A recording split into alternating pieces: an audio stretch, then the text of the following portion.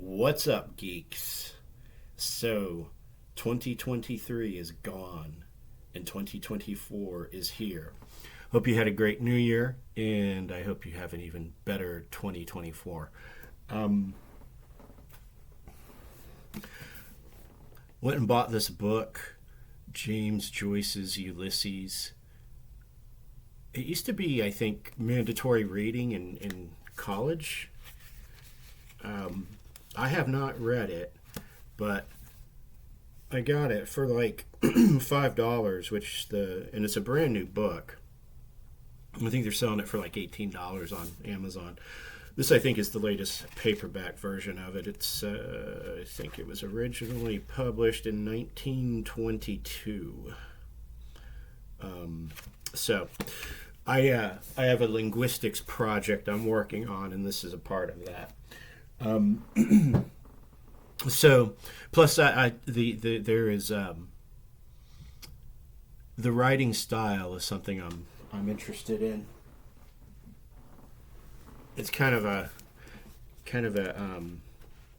stream of consciousness type thing. So, let's see if there's an example in here.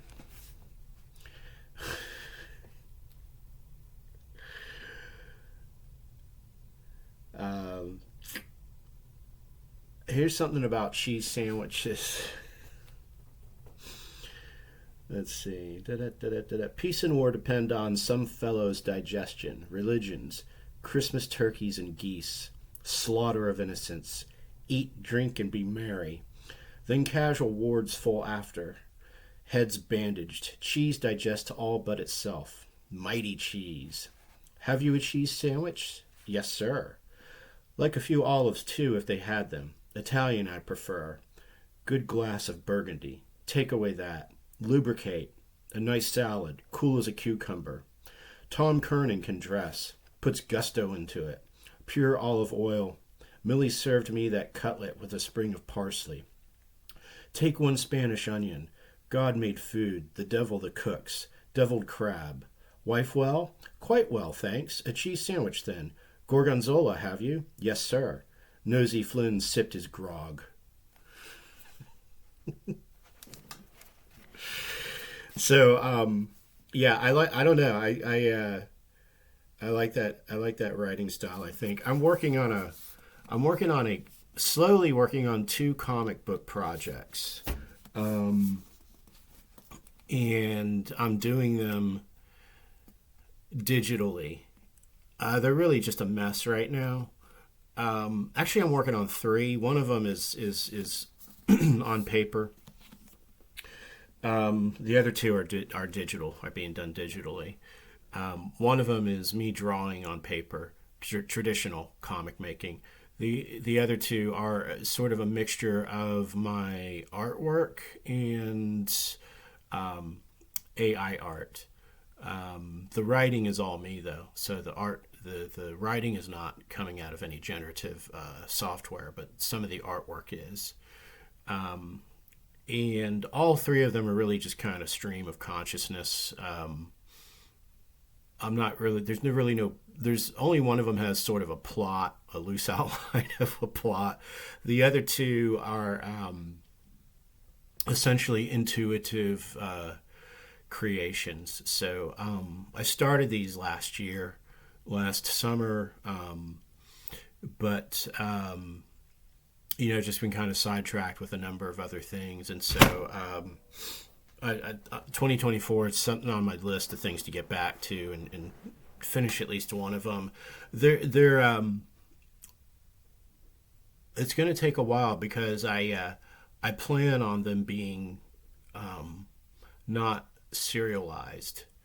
I thought about maybe putting them into webtoons, or at least one of them into webtoons. I created a webtoon account. It seems like everything on webtoons is manga style, which is, that's fine. That's kind of what I expected, but I don't see anybody else doing anything that's not manga, and I'm not creating manga style comics. So I don't know. I don't know if I'm going to upload them there. I'll probably do something like where I serialize them on Instagram. Might do something like that. Do like 10 panels a day or 10 panels a week actually would be more my speed.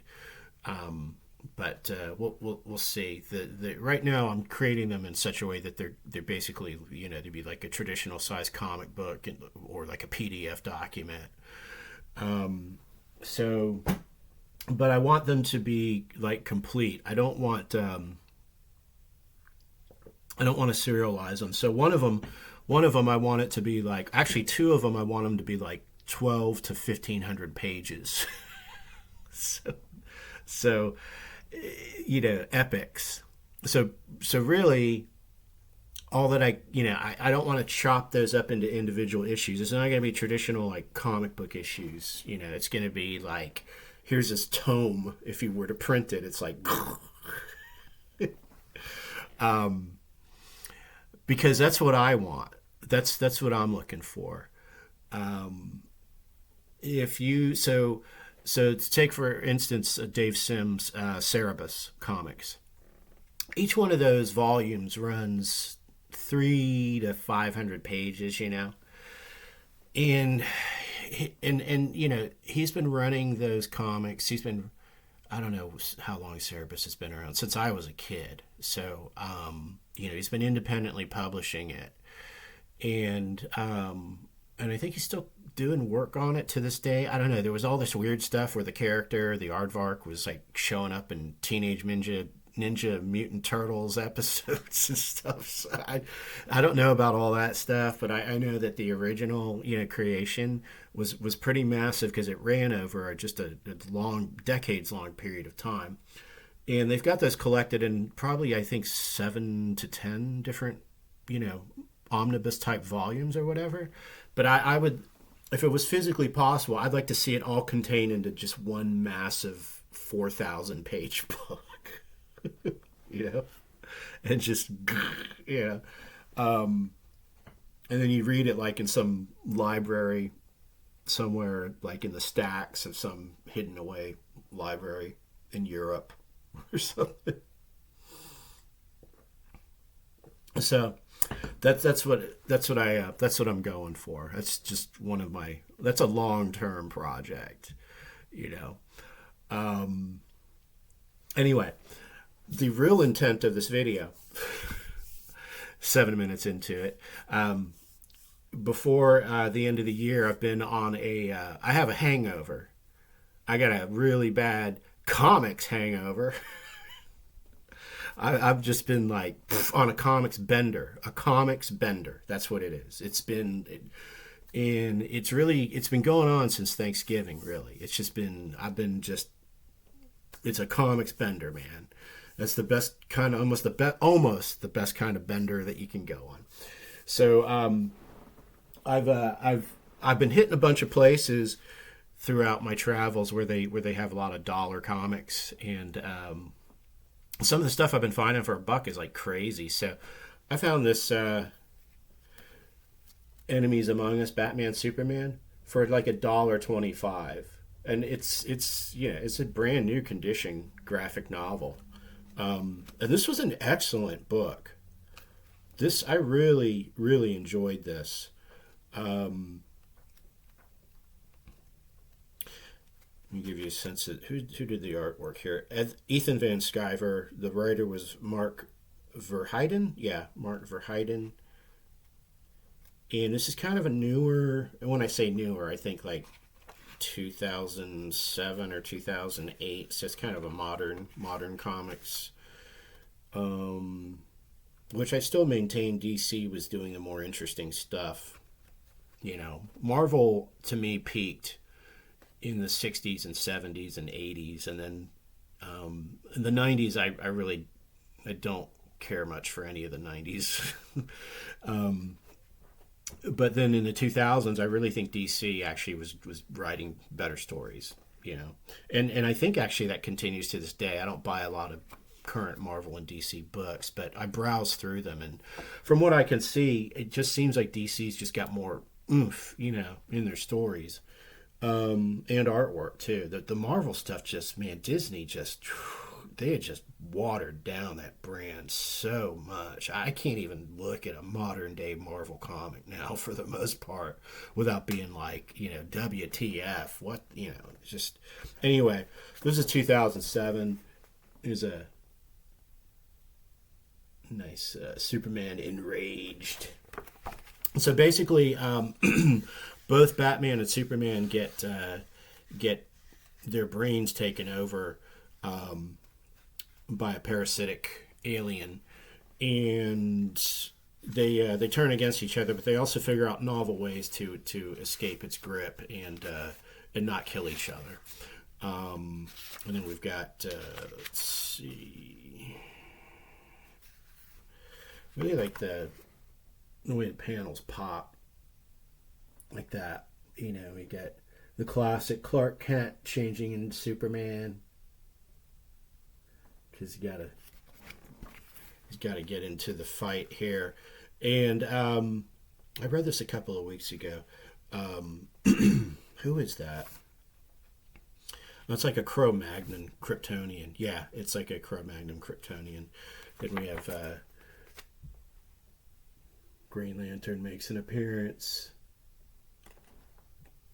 It's a great panel with sort of Batman and Superman facing off. And we've got Lex Luthor action. Luthor kind of makes a deal with with Batman to have him break into the Fortress of Solitude because there's something in there that can actually save the Earth, and he enlists the help of Plastic Man. So Plastic Man is in this. I won't give away the villain. There's a master villain behind all this. I won't give it away who that villain is. But it was a good read. It was a good read. There's Batman who's just kind of come unhinged. I think he's under the influence of the alien force. And once he's under the influence of the alien force, he's able to kind of get some super strength and really take it to Clark.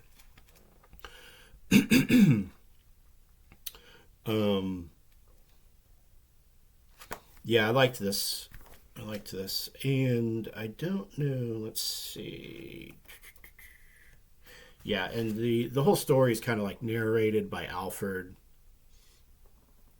They're at the end shaking hands. Good job, Batman. Good job, Superman. So, it's pretty cool. I think it was a limited edition run, like a 6-issue run or something like that. So yeah, Mark Verheiden was an executive producer on Battlestar Galactica.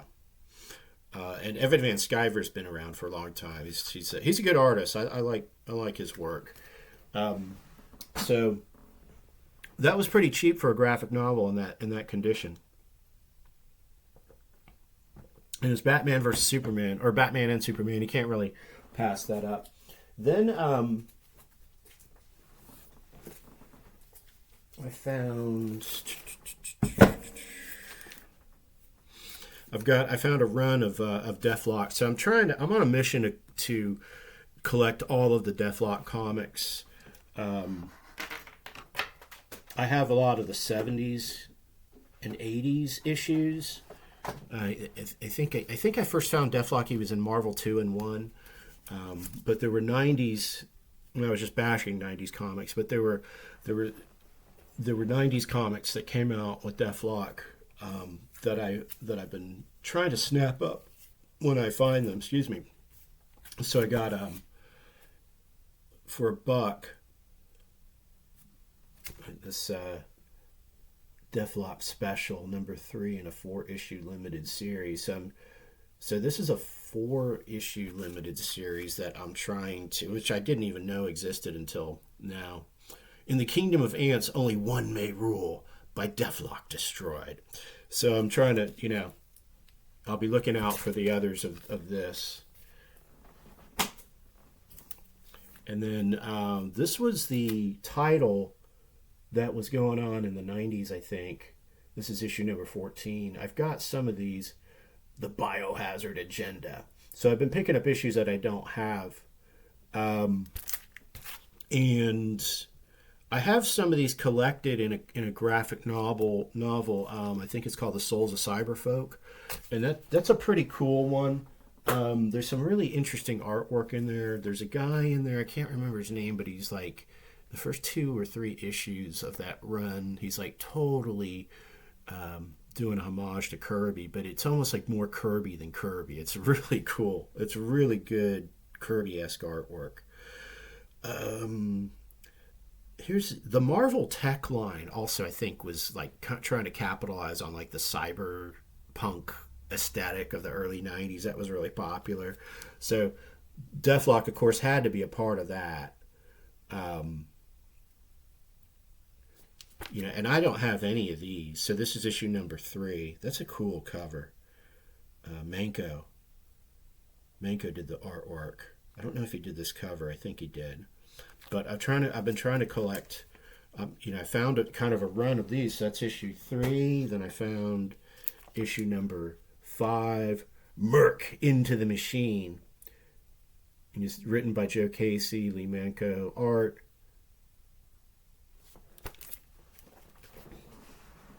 Very cool. These covers are rocking. Deathlok outgunned and under fire. So, and I think this is the new Deathlok. There's 2 different guys that have been Deathlok. This is another great cover. This is a Lee Manko. This is a 1999. This is a painted cover. That's awesome, man. That is really cool. So, I'm looking forward to checking those out. I think the artwork inside is going to be just as cool. And then here's kind of back to the regular run. I think this was early 90s. Just a Deathlok comic. This is issue number 30. I don't know how many of these were in this run, but actually, I like this cover too. It looks kind of, I don't know. There's no signature on it, but it just, for some reason to me, it looks kind of like Mignola a little bit. Everything with Deathlok is cool. And then there's this, like, I don't even know this Deathlok. And, you got, who is that Agent 13 from S.H.I.E.L.D.? It looks like the Baroness from G.I. Joe, but that's not her. But this is another cool cover. Not sure who did this, and I don't know what this is either in terms of this is issue number 7. I don't know if it came after. I don't know. It looks like it came out maybe in the early 2000s. That one kind of has that style to it. And this is issue number 3 of that run.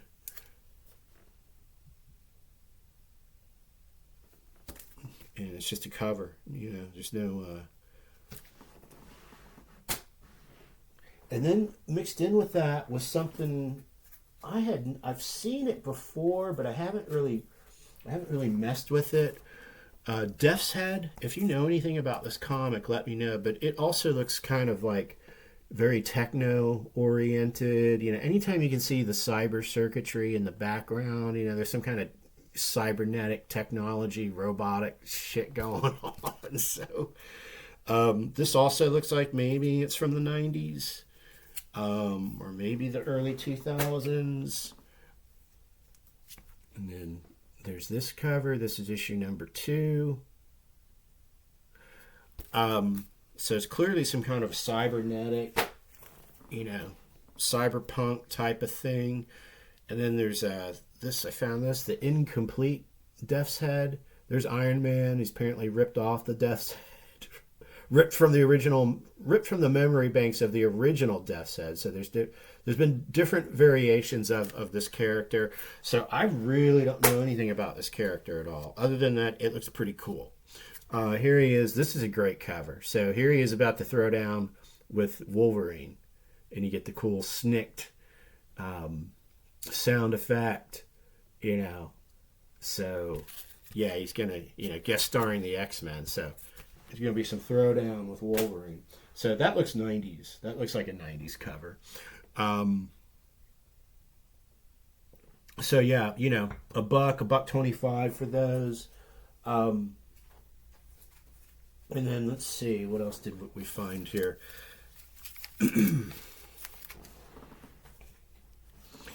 Night Force. I found a couple issues of Night. So Night Force was, I was buying that when it came out in the '80s, and this is like some other iteration of it from the 2000s. It's written by Marv Wolfman, so I thought it's definitely worth checking out. That's issue number two of 7. So there was a 7-issue run. So I guess Wolfman wrote all 7 of the issues. Anything Marv Wolfman is, you generally get a quality product. And then this is issue number 1, so that's cool. So this is kind of a reboot. Well, I don't know if a reboot, but just a continuation. Yeah, reimagined. The classic series reimagined for a new era. So yeah, I guess Wolfman did a 7-issue run on it. Whenever this came out, it looks like it's definitely 2000s era. The aughts, I think. So yeah, I'm I don't know if I'm going to go full bore into collecting everything Night Force, but for the price, these looked like they were interesting. And really, what I was looking for, my mission was to look for issues of OMAC, the Jack Kirby comic. Now I have all the OMACs that Jack Kirby did for DC in the 70s collected in the Bronze Age Omnibus, and I've got individual issues of it too. I don't think I have the full run individual issues, but I wanted to flesh out more OMAC in my collection here. So post Jack Kirby, I wanted to get the OMAC that's out there, and that character's been weaving in and out of DC for a while now. He's mostly, a lot of times I think he's associated with Batman, and that was the impetus behind the OMAC Project, which basically I think stars Batman and OMAC. Was part of the New 52, and New 52 for DC came out around 2007, 2008, 2009, I think. So I found a pretty good run of these. Issue number 2 of OMAC. And then the OMAC Project with Batman, issue number 3. And if I remember correctly, what it was is Batman had basically gotten control of the Brother Eye satellite, and the Brother Eye satellite is basically what commands OMAC. And Batman had repurposed it, I think, to spy on the Justice League and everybody else. So, Batman always has to have a contingency plan. So, Brother Eye is right up his alley. The Last Stand, issue number 4. Looks like Superman and Wonder Woman are in the... Yep, Superman and Wonder Woman. So, Batman's starting some more mischief, probably overreacting to things. This one was only 50 cents. This is issue number 5.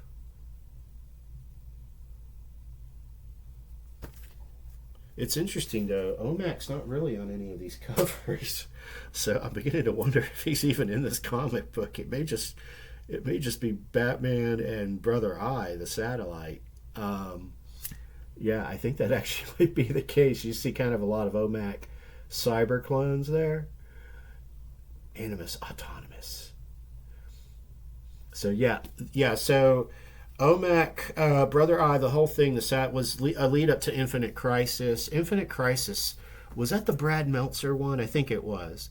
Yeah, and I remember Brother Eye played a big part in that storyline, and Batman, I think, got into some trouble because I think it was revealed that he was using Brother Eye to spy on the Justice League and keep them in check and all that stuff. Found an issue of Lobo with a Mike Mignola cover. Really cool. So I've been I've been starting to collect Lobos when I can find them, and when you find one that's got a Mike Mignola cover on it, even better. I don't know what issue that is.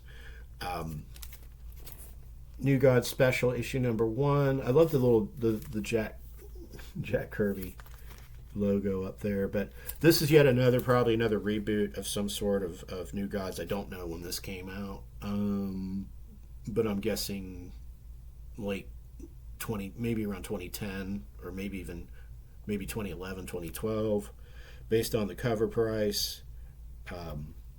So again, this is another one of those things post Jack Kirby. I'm just kind of checking in on what they did, with his characters, with the New Gods, and there's a ton of New Gods stuff out there,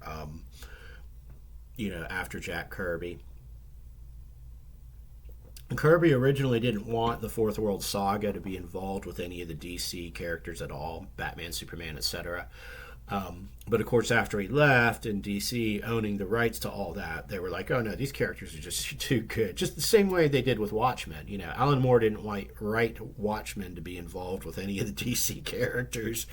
But of course, those rights were relinquished as part of his contract, I guess. And that's what they did. They did Doomsday Clock, which incorporated the Watchmen universe into the DC universe. I don't know if that was Earth 1 or whatever. I haven't read Doomsday Clock, but I'll probably get around to reading it at some point.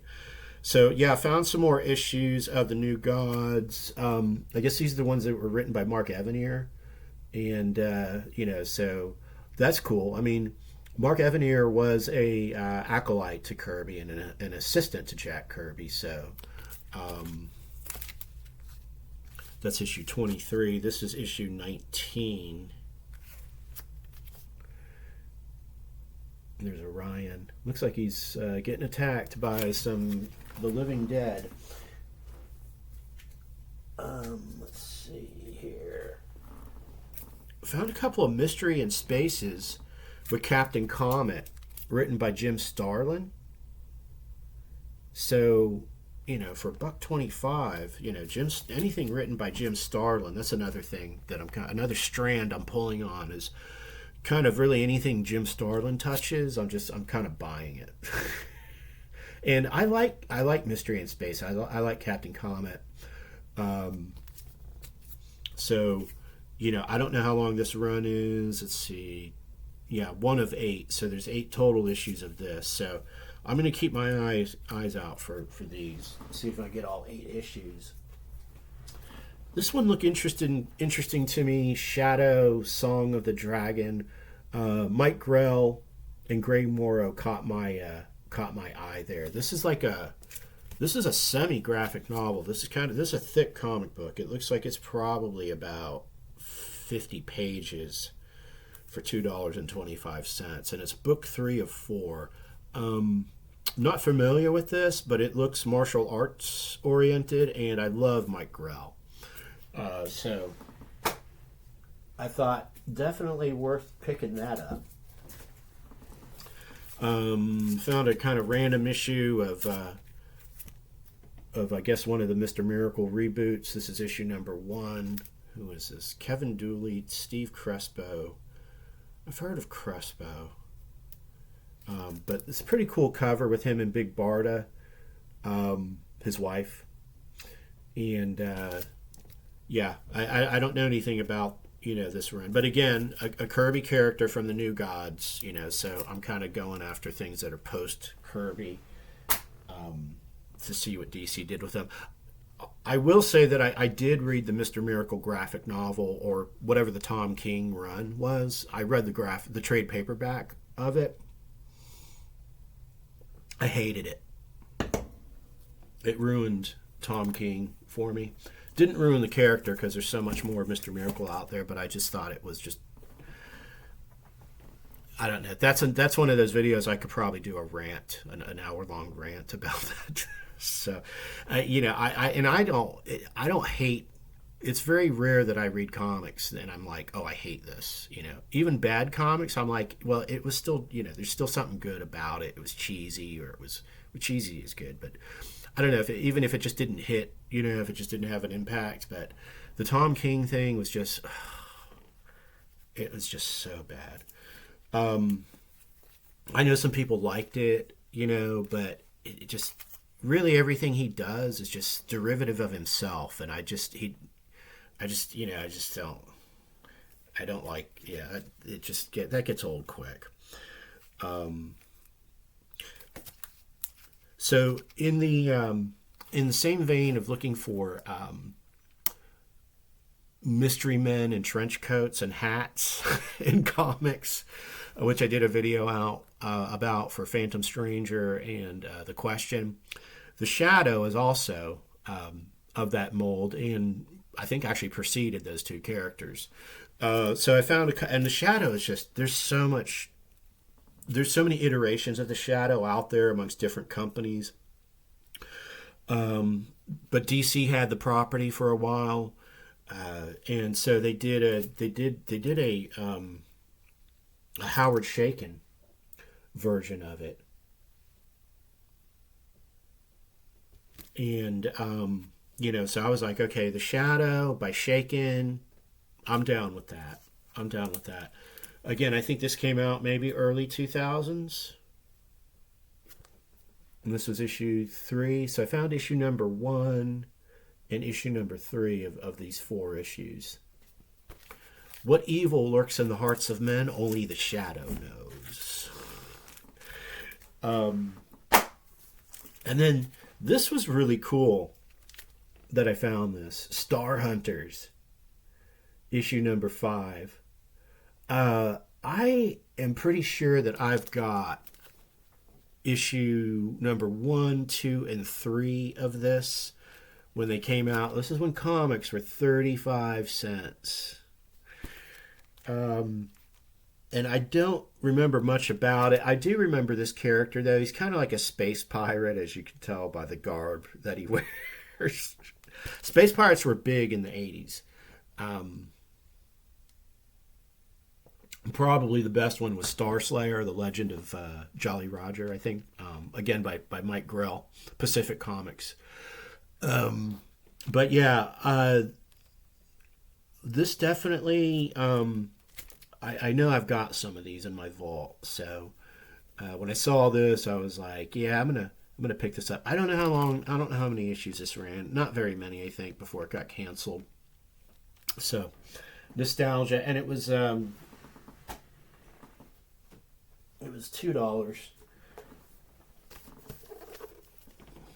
This book here, the annotated Jules Verne From the Earth to the Moon. This is a really cool book. This book was $5.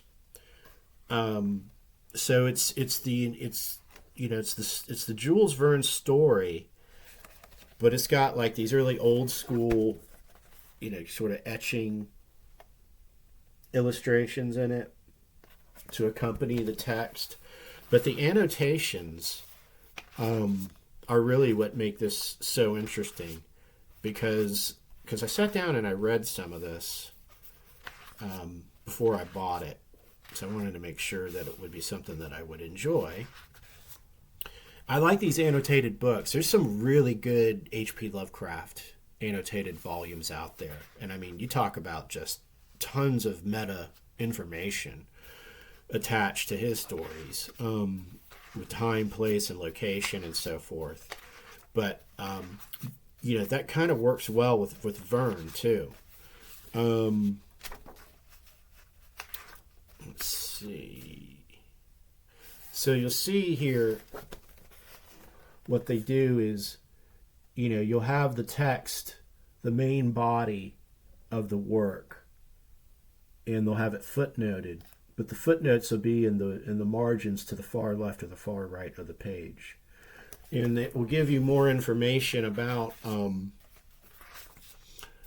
the things that are cited, the nouns, times, dates, places, people, and so forth, but also the physics that he talks about in the book, about how they get to the moon using a gun propulsion system. They don't use a rocket.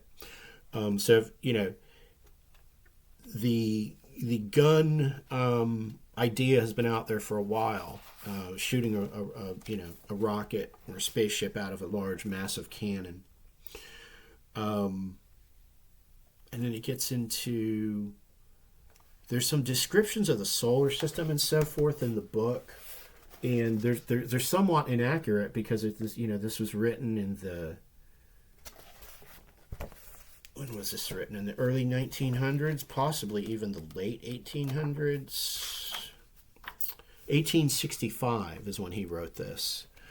But there's a lot in here apparently that he kind of got right in terms of predictive. So let's see what's the inside cover.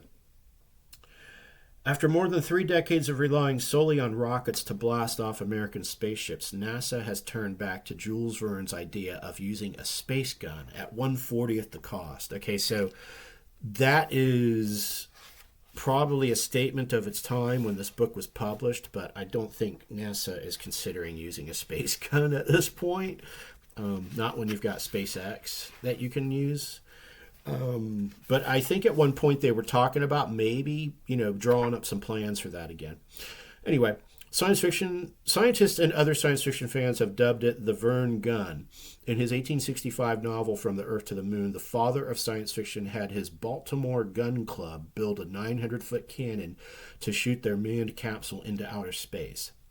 NASA had originally followed Verne's space program in all other respects except for the gun. Verne had predicted the velocity required to escape gravity, the use of rocketry for steering and braking, even the places for blast-off and splashdown. But NASA had rejected Verne's notion of a gun because its propellant, high explosives, would work only in a novel designed in part as a satire of American militarism. NASA had to wait until suitable new propellants, slow-burning light gases, could be perfected. And so by the time humanity is ready to place people on Mars, NASA's space program will more than ever be a replay of Verne's 1865 scenario.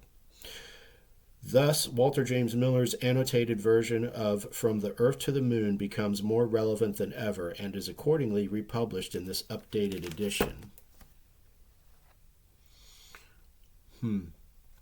Yeah, this is pretty cool.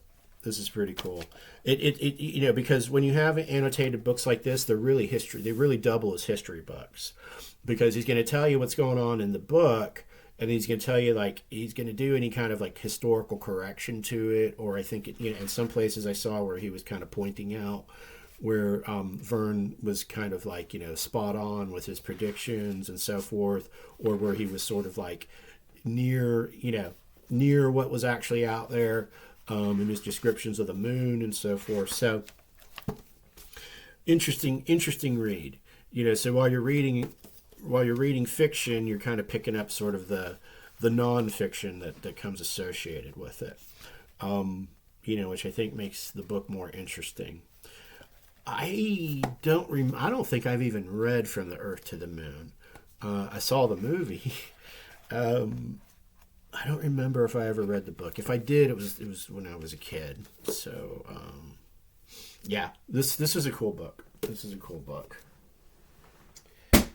That was just one fraction of the comics bender. There's plenty more where that came from. Plenty more dollar comics that I got from a different shop, but that was the Christmas edition. That was the most recent pickup. I think I'm done for a little while. I've really got to sit down and like organize the entire collection now, because it's all dispersed amongst very many boxes and so forth, and I want to get things organized. So it's that's a 2024 item. That's a resolution. So other than that, that's gonna be it for this one, I think. One thing I discovered: if you're into X-Men and Transformers and Iron Maiden album covers, there's an artist by the name of Dan Mumford. This guy's incredible. He does incredible stuff. If you go to his website, it's Dan hyphen Mumford, MUMFORD.com. I'll leave a link in the comments below. He does some really, really cool artwork that that is very very geek oriented. He does a lot of album covers too, like a lot of heavy metal album covers, and he's done some other stuff. Some game, I think he does some game design, or so he does like a lot of concept for video games, concept art and so forth. Teenage Ninja, Mutant Turtles. There's some, yeah. I'm looking at his website. The Batman the Animated Series. I think he did like a lot of art cards, like those little baseball trading art cards that are really popular. I don't collect any of that stuff, but I do have a book of the Batman cards, where the art is all painted artwork, but it's all blown up for the book format, and it's a fantastic book. It's also part of the Comics Bender. But that'll be for part 2. That'll be for Comics Bender part 2. But yeah, the artwork was not done by Mumford, but I think 4 or 5 other artists. This is something that came out like in the 90s, I think. And yeah, the artwork is just amazing. So let's see. He's got Wonder Woman, Star Wars. So really, he's hitting all of the geek, all of the geek highlights. I think he's doing some. What is that video game? Biohazard, Futurama. so yeah, check out his website. It's really cool. He's got merch store. I think he's selling T-shirts and posters and stuff. But I like his artwork because it's kind of it's digital. I think his process is he does it on iPad, and then he uses a lot of Paint Effects software, but it doesn't look digital. So I appreciate that. It looks like, pen and ink and then coloring. So it's very similar to comic book art, traditional comic book art. So check it out if you have a chance. It's pretty cool. Until the next one, as I said before, have a fantastic 2024. I hope you read a lot and you get a lot of cool comic books and books, and I hope you see a lot of movies that you enjoy. Although that's a loaded statement these days. I was just looking. So I was telling Foz the other day, like all of the movies coming out in 2024.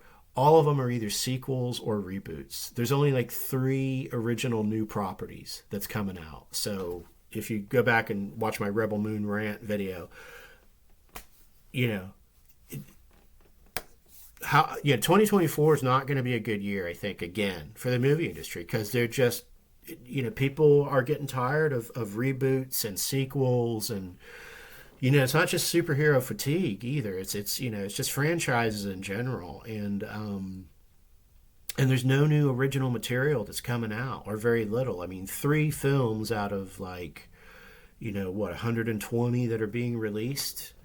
That's ridiculous. So yeah, it now is the time for independent filmmakers to start to realize their own visions, and hopefully, with this technology, as it continues to improve, they can do it on a shoestring budget. Like me with comics, like I love comics that people create, obviously, but there are nobody's creating like comics that I really want to see.